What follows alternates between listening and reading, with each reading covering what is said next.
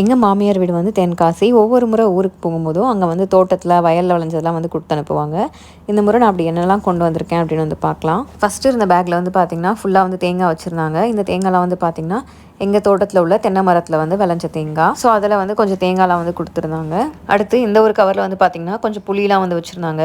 இந்த புளி வந்து பார்த்திங்கன்னா கொட்டையெல்லாம் எடுக்காத புளி. அதை எடுக்கிறதுக்கும் வந்து பார்த்திங்கன்னா அங்கே ஒரு கம்பி வந்து ஒன்று வச்சுருந்தாங்க. அந்த கம்பியை வந்து கொடுத்து விட்டுருந்தாங்க. இந்த கம்பியை வச்சு தான் அந்த புளியில் இருக்க கொட்டையெல்லாம் வந்து குத்தி எடுப்போம். இந்த ஒரு பையில் கொஞ்சம் தேங்காயும் மாங்காயும் வந்து வச்சுருந்தாங்க. இந்த மாங்காவுமே வந்து பார்த்திங்கன்னா எங்கள் தோட்டத்தில் இருக்க மரத்தில் வளர்ந்த மாங்காய் தான். அடுத்ததாக வந்து ஒரு பப்பாளி பழம் கொண்டு வந்திருந்தோம்.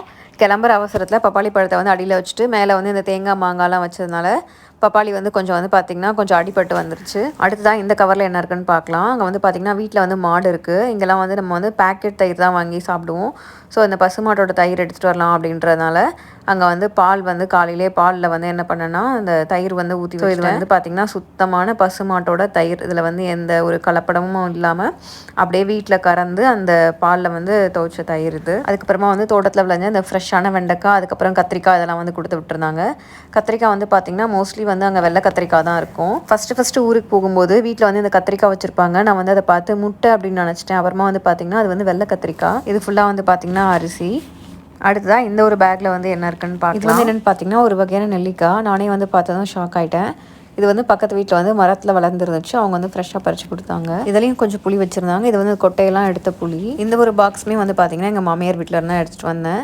இந்த பாக்ஸ் வந்து எனக்கு ரொம்ப பிடிச்சிருந்துச்சு. உட்டனில் ஒரு ஸ்டோரேஜ் பாக்ஸ் மாதிரி நல்லா இருந்துச்சு.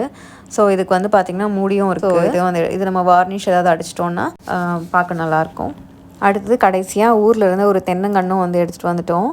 இதை வந்து நான் இங்கே எடுத்துகிட்டு வந்துட்டேன். பட் இதை வந்து எப்படி வச்சு வளர்த்து இதை வந்து பெரிய ஒரு மரமாக்க போகிறேன் அப்படின்னு வந்து தெரியல. இது வந்து மேலே ஒரு கவர் கீழே ஒரு கவராக போட்டு அப்படியே கட்டி கொண்டு வந்துட்டோம். இது வந்து பார்த்திங்கன்னா அங்கே வீட்டில் வந்து பக்கத்தில் வச்சுருந்தாங்க. இதை வந்து நீங்கள் எடுத்துகிட்டு போய் வளர்த்துக்கோங்க அப்படின்னு வந்து சொல்லி கொடுத்தாங்க. ஸோ நாங்களும் வந்து எடுத்துகிட்டு வந்துட்டோம்.